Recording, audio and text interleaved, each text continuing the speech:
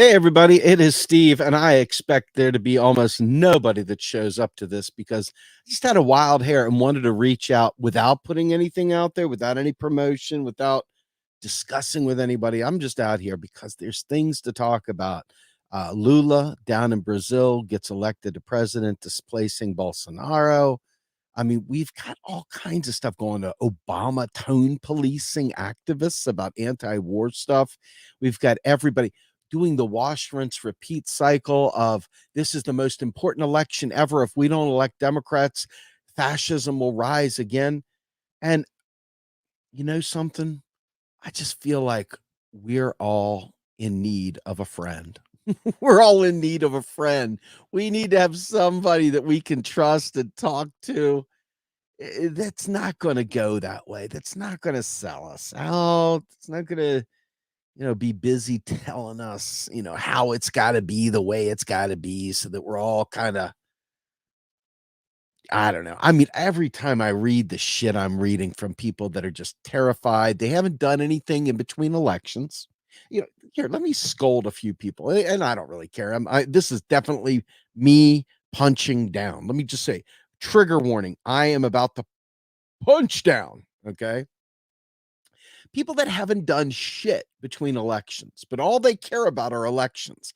They're like those Christians that only go to church on Easter and Christmas and all that crap. That's all they know. Oh, there's an election. I've got to get behind the new candidate that I'm going to say is the savior of all to protect us from the evil Republican Party. And I'm to the point now where every time I hear it, it's like somebody taking nails down a chalkboard and just going, vote blue no matter who, vote blue no matter who. And every time I hear it, I just think to myself, we're never getting out of this fucking hell. We're not. Okay, so we're gonna go into psychology for a minute. You've ever been in marriage counseling? You ever sat there with a good counselor? They'll tell you point blank, you guys are trapped in a dance. You're doing this dance and you're doing the same dance over and over and over again. And in order for the dance to change, you've got to do something different. You got to do something different, right? But nonetheless, every time the same Karens, the same jackasses, the same people with minimal imaginations of what could be done differently. The people that literally gatekeep us out of the process simultaneously come back in when it's time to wag their finger and say, vote blue. And I wrote something earlier tonight that I'm going to read to you all. I was going to share it on here, but there's no need to share. I'm just going to read it to you. And, I think honestly that sometimes I'm a little cryptic for my own good, but I don't think there's anything cryptic in what I'm about to read here. You all tell me if you can relate. I say, beyond the disgraceful GOP, Democrats have given us absolutely zero reason to see them as an alternative to the proto fascism of the GOP. Disgusting, yet oh so predictable if your eyes are open and not busy punching down, which I am right now, by the way. I came out, I told you flat out, I am punching down. So if this triggers you, just know I'm punching down and I'm doing it unapologetically. Because see, the people that protect us from doing stupid shit, they say, "Oh, don't get angry. What are they gonna do?" Right? Well, you know what? I'm an individual. I'm a voter. I'm a dude. I'm a dad. I'm ready to do something different, and I'm tired of it. So anyway, I say the disgusting yet oh so predictable if your eyes are open and not busy punching down. This isn't some defect in voters. This is how bad the Democratic Party has become. From Obama to Buttigieg, to Biden to Harris, from Hillary to Debbie Wasserman Schultz, to the fecklessness of Jayapal and the squad, we have absolutely zero meaningful resistance. And noticing that does not make the person who is aware the bad guy. It doesn't make the people that are aware the bad guy. We're not the bad guy. If you know, you know. We're not the bad guy. We're not the asshole selling you lies to make you vote blue no matter who. That's not us. Only a liar could do that, right? And so if you're a liar, I could certainly see why it's upsetting when someone calls you out on it. But guess what? I'm tired of it. So anyway, I say fecklessness of Jayapal and the squad. We have absolutely zero meaningful resistance, and noticing that doesn't make the person who is aware the bad guy. No, the bad guy title is reserved for the neoliberal elitist, the boutique assholes running around and running the messages and shaming the tactics that are no longer effective at keeping people hogtied to a party that allows a parliamentarian to derail legislation and a feckless president that could have eliminated all student debt, but instead made a fucking means tested trash policy just to try to placate at election time. Never mind pushing the Cold War in China and a proxy war with Russia. It is not the fault of voters for rejecting that. Period. Period. Folks, period. Period. And I'm sitting here, all day long. Oh my God, you've got to get out and vote. Okay. Who am I? Who do you want me to vote for? Who would you like me to vote for? I'm just saying, who would you like us to vote for? And they come up with the local name. And I say, well, with all due respect, please allow me to read what they're all about. And I read, and it's like, we're going to make sure our taxpayer dollars. And I'm like, done. I can't vote for them. Can't vote for them. If you say taxpayer dollars, you're a non-starter. You're someone who I wouldn't piss on your head to put out a fire. That's the deal. If you ever say the taxpayer money, you are my enemy. You're not my friend. You're not a fellow traveler. You're the enemy. Okay? See, taxpayer dollars is the fucking go-to move that Margaret Thatcher and Reagan pulled. Okay? This is Sig Heil, the real Sig Heil kind of shit. Okay? The taxpayer dollar narrative is Sig Heil. All right? It is the real bad shit. Because the minute that you believe that the currency issuing nation can't do far more than us little people in our little teeny paychecks and the shit they skim off of it, if you're telling me that the big bad United States that can keep the world at bay, that can be the world's police officer, that can do everything, okay, you're telling me that that big Goliath, that massive juggernaut, you're telling me that that massive juggernaut can't do shit until my paycheck clears so they can skim tax dollars off of me? If you believe that, you're the dumbest fuck in the group. I mean, seriously, you can't fix stupid of that level. And so when you tell me to go vote for somebody and they're busy running around saying, we got to pay our fair share. If corporations don't pay their fair share, then we can't have nice things. The country's going to go bankrupt if we don't do nice things. It's the truth. It's the truth. It just, who the fuck am I supposed to vote for, folks? They don't listen to truth. They don't learn economics. They don't give a flying fuck what anybody says. They just go out there and say the same shit. And I'm not even worried. I'm almost like 1,000 miles beyond taxpayer dollars because it's quite clear that they're willing to steer us into the hole, into the fucking ground. They don't care. They just don't care. They don't care. But you're not going to shame me into supporting the unacceptable. You see, I said this before and people thought I was crazy. But if we would have gotten the Trump experience out of our system, instead of putting a Biden Band-Aid on it, if we would have had a common enemy that we could fight back and really focus our energy on, the Bernie coalition, ironically, would have had even more fuel to it. We would have had way more energy to making shit happen than fucking putting a cop and a corpse in the White House. but truly abominable people made that decision for us. So who am I voting for to save the union? Who am I voting for real? I live in Pennsylvania, okay? And it's quite clear that John Fetterman should not have debated the other night. John Fetterman's got a lot of blemishes all over him. A lot of blemishes. He is not a progressive in any way that you and I would consider to be a progressive. Okay. But he is clearly better than fucking Dr. Oz. So if you can go at least that far, okay, maybe Fetterman fits. But in reality, who cares? What does it do? When the Democrats had a full supermajority, President, White House, Senate, Senate and House and the White House, they didn't do shit with it, folks. Nothing. When Obama had the White House and a supermajority, folks, the record is clear. They didn't push back on single payer. They didn't push back on the public option. Obama proactively took the public option out of the mix. It didn't even do it. Who am I voting for? Please, and remember, seriously, you can talk to your buddies at the water cooler any way you want. But with me, I'm telling you right now, I'm too smart for fucking voter shaming.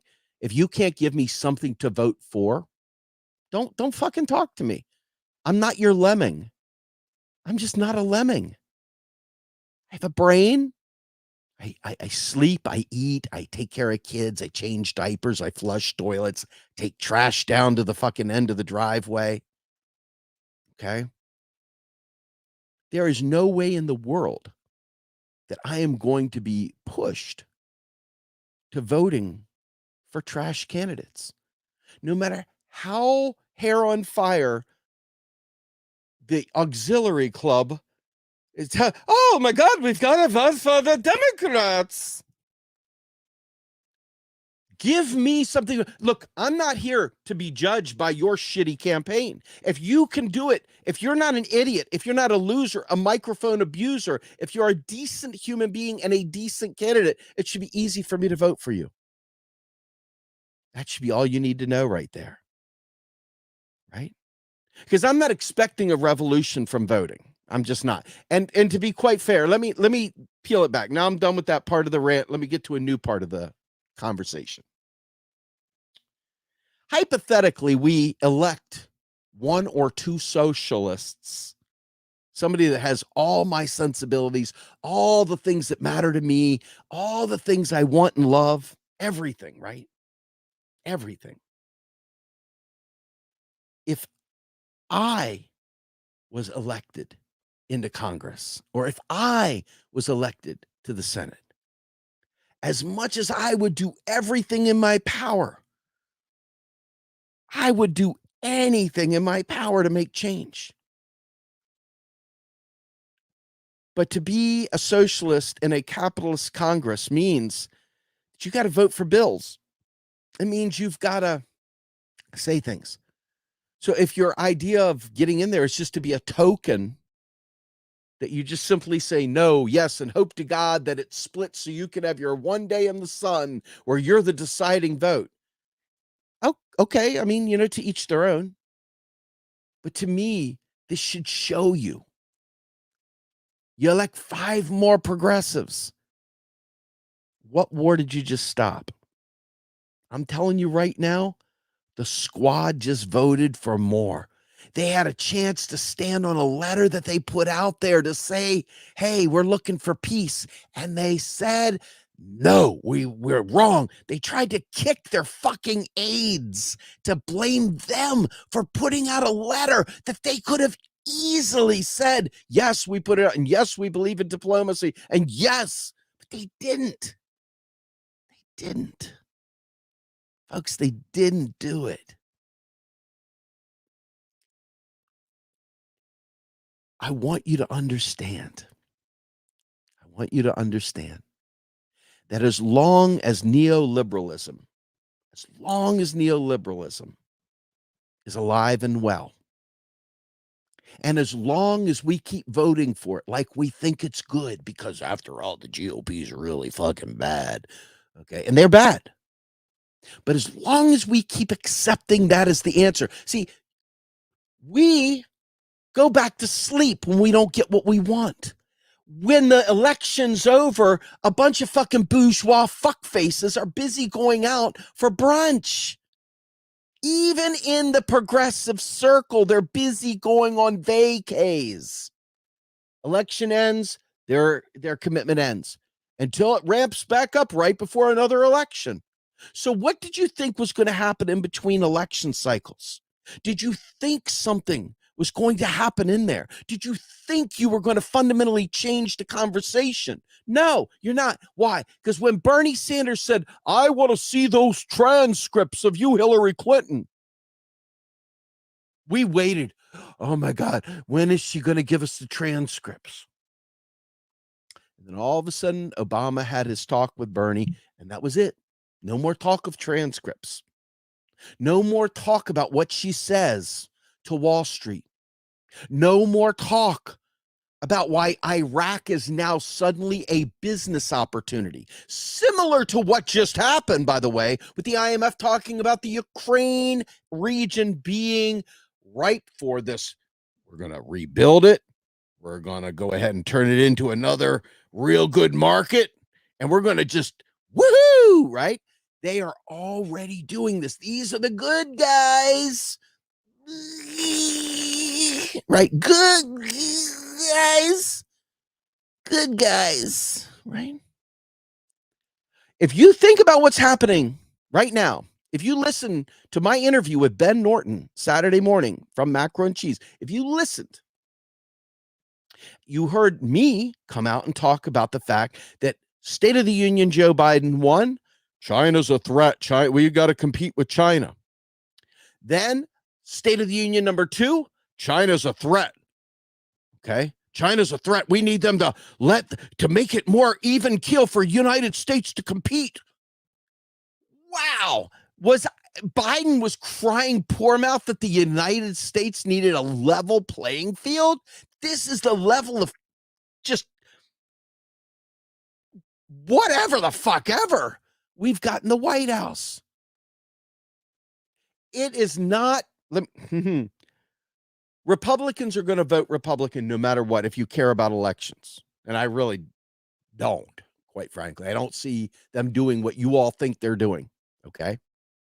But when you look, they are creating a Cold War, soon to be a hot war with China.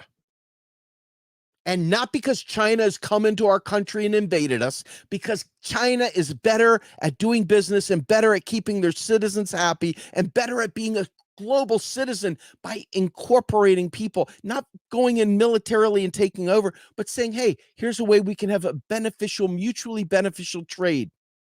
So with their Belt and Road Initiative, they're dropping ports into other countries. They're creating the new Silk Road. They're creating a robust society that doesn't involve Republican, Democrat, neoliberalism. And our president is busy trying with all his might. And it's very feckless and weak and wimpy. But he's doing everything he can. Goes to Saudi Arabia. Please bring down the cost of gas because we're not willing to do anything in our country to tampen down and do price controls. Saudi Arabia said, no. How about no? How about no? How about no? And so when you think about that,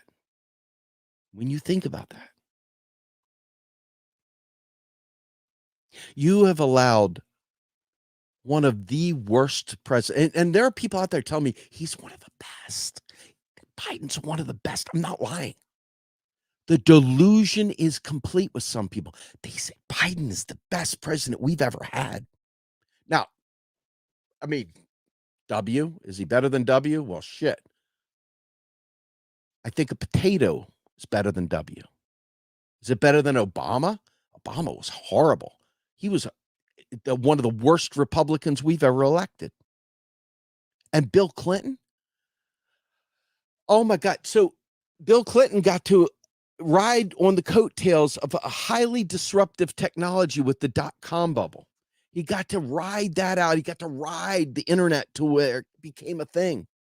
He got to do all this stuff. It's super freaking hot, heated, awesome economy because of this crazy, crazy new technology.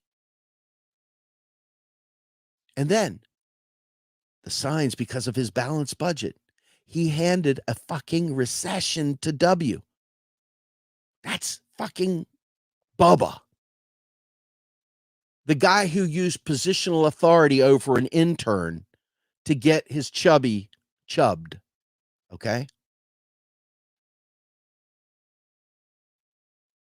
So with that in mind, if you're not willing to fight to change the way the Democratic Party acts and behaves, if your only tactic is to shame me for not voting for it, we don't have a lot to talk about, do we?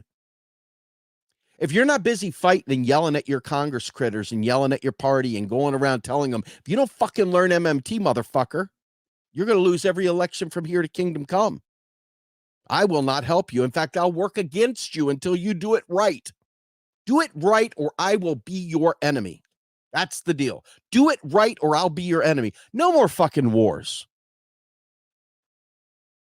Stop stealing from around the globe. Take care of your people at home. Use your currency for the right reasons. If you can't do that, if you can't say that, and if you didn't listen to us talking about economics and you went over there, hung out with those other fucking channels to fucking learn bullshit economics, you earned it. Go fucking be all you can be. Go be all you can be.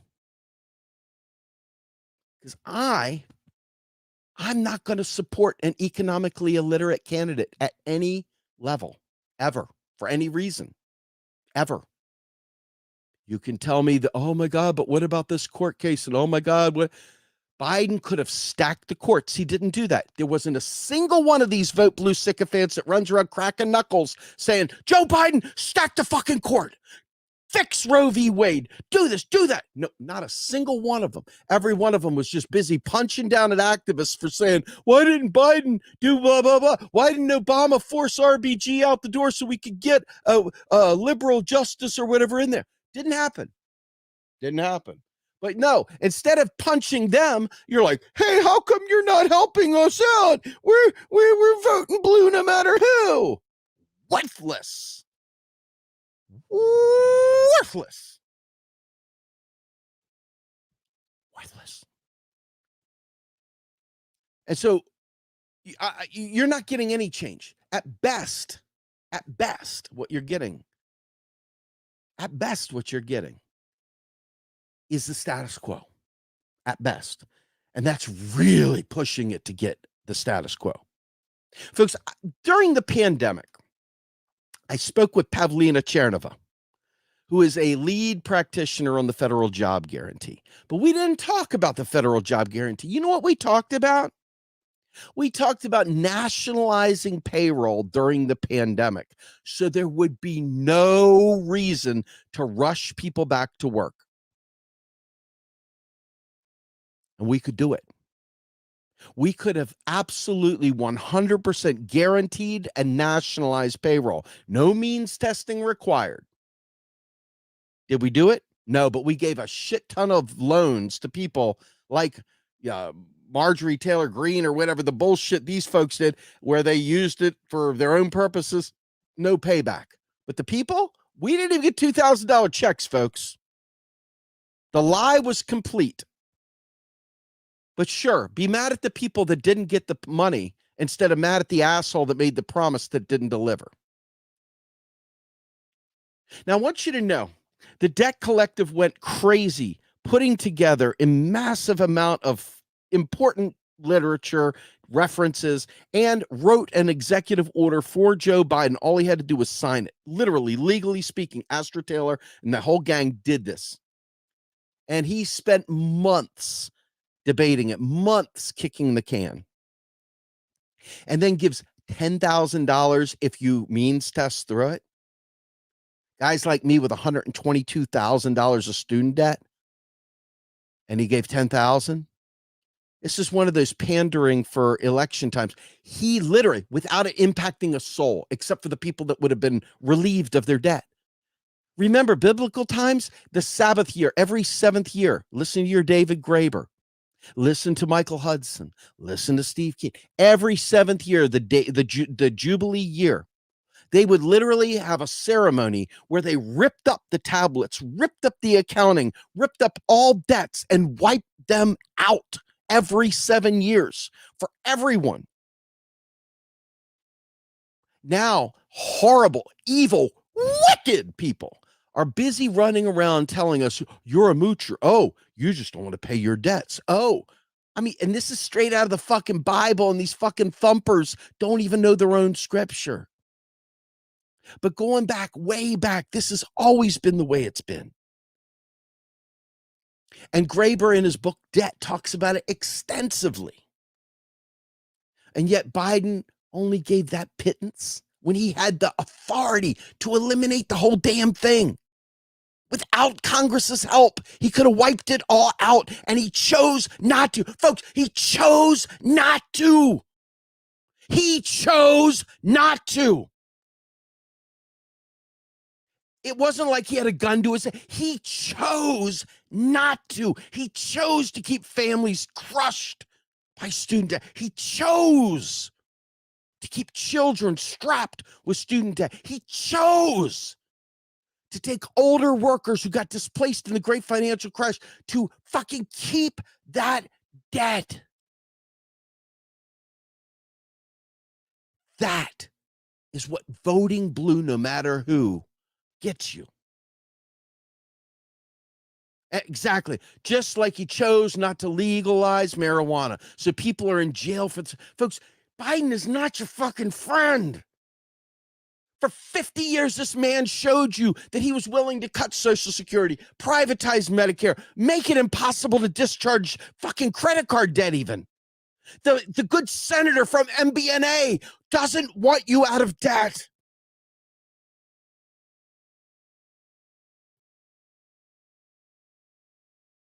He doesn't want you out of debt. And it's not because they need the money, because everywhere you go, look, record profits. And yet people are fucking desperate. And that's what your president did. That's what your fucking president did. Thank you, Delthea. Very, very nice super chat. Yes, we started off this with the beautiful news that Lula beat the fascist Bolsonaro. All is not lost, but the United States is way worse because the most pathetic, and thank you so much, Kevin, the most pathetic of us will support Buttigieg. They will support Kamala. No matter how many civil forfeitures Kamala reigned over, no matter how many people's lives she destroyed, they'll fall in line because if she's got a D in front of her name, the fucksticks will vote for her. Period. Period.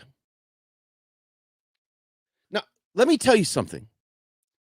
I say this because, folks, I'm a recovering drunk, okay? I've been in recovery for a long time, though, 2006. But I'm still a recovering drunk. One more drink and I'd be off to the races. I wouldn't need 5 minutes to be drinking a whole 12-pack. I love booze, man. Just haven't drank it in a long time.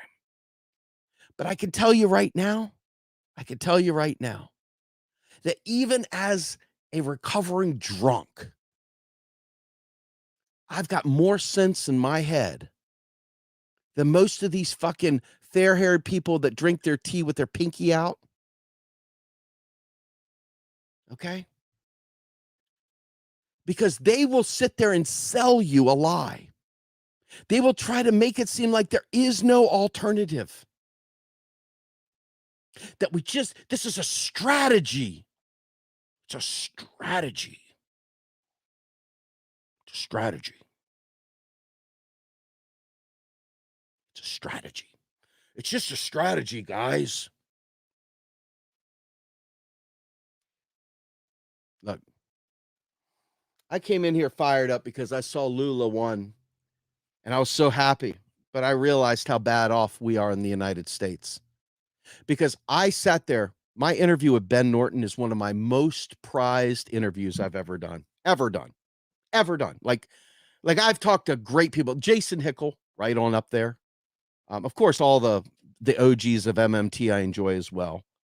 But my talk with Ben Norton, my 2 talks with Ben Norton, a very privileged man here. I am not gonna lie, I enjoyed it very, very much.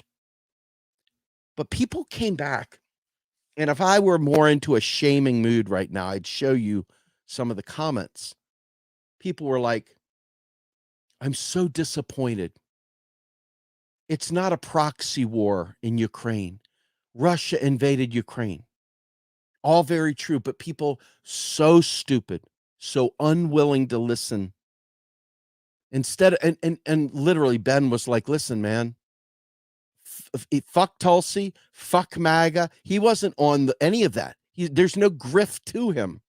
Okay, he got some of the MMT wrong, but the idea that he at least listens to Hudson gets me some hope. And he and I have a good friend. We actually have a common friend that didn't know about. I'm not going to say his name because he's in private business now. He's no longer doing podcasts. He used to work with Richard Wolff long ago, but expat now moved away because he couldn't stand it. Right. A lot of people moving out of this country because they can't stand it. And it's not just because the right wing is always here. This country is right wing. It's because there is no relief. The Democrats provide no relief. And if you think about my recovery story that I was telling you about, when you walk into a room the first time and you don't know what's going on, you're a little nervous. You don't know what to expect. You're afraid everyone's going to judge you. You're afraid to tell everybody how bad a guy you are for all the drinking you've done. Trust me. Domestic terrorist extraordinaire. I've done some major problems when I was drinking. Sadly, receipts exist. I was not a good dude. One instant asshole, just add alcohol. What's that saying? I broke out. I have an allergy with alcohol. I break out in jail cells and handcuffs or something like that. Anyway, but I remember the enthusiasm when the light bulb went in going into those rooms to get recovery, and it fired me up, man. Fired me up. Just like it fires me up when I read again for like the third time David Graeber's book on debt, or when I read Reclaiming the State by Bill Mitchell, or when I read the Communist Manifesto, or when I read any number of other phenomenal books, From Here to Eternity or From Here to Equality with Sandy Darity, or if I'm really, really focused on really expanding my brain, just seeing fellow travelers out there now. Kate Raworth, Donut Economics, Jason Hickel's book, The Divide, Less is More. That's the kind of enthusiasm I get when I see that. But I think back to AOC coming into Congress, standing on Pelosi's desk. And I think in that moment, forget all the haters for that moment, I was like, maybe, maybe. And then no, then you realize, no, it's not happening. And it's in that knowledge, it's in that awareness that I started to lose some hope, because too many people are trying to tell me, they're busy fucking trying to get in my mind to tell me to not pay attention to what I'm seeing, to ignore what I'm seeing, to gaslight me, to disrespect me in that way. I can't speak for you all. You all have different levels of what you're willing to accept the disrespect. You know, I'm not willing to be gaslit. The only thing I can't take is a liar. A liar.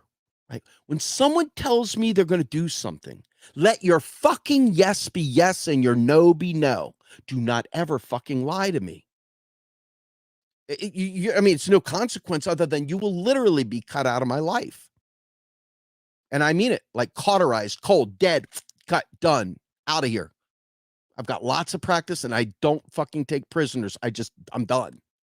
And that's the way I am with the political process. If you lie to me, you're dead to me. Because once I can't trust you, You've got nothing for me. There's nothing you can bring to the table anymore. There is nothing whatsoever that I can do with you. Being a liar is the lowest form of life. There is no greater disgrace than a lie. And it's scary to admit. I remember back in 2015, I had every intention of voting for Hillary Clinton. Every fucking intention of it. And then Bernie threw his hat in. And the only reason why I got on the Bernie bandwagon at all at that time was because he had Stephanie Kelton as his economic advisor. Because I was like, finally, and folks, this is 2015, it's 2022. So you can imagine if I was already that far into the MMT train that that was it. Him bringing Kelton in there, that was it. That was enough for me. And I fought every minute of every day. I woke up in the morning, went to bed at night, all day long, round and round and round. You can watch the videos. I would sneak out at work to lunch break and I'd go do a live stream. I'd walk down the street in Harrisburg, do a live stream. I did a live stream. I cared big time.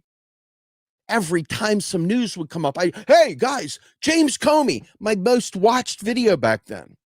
Okay.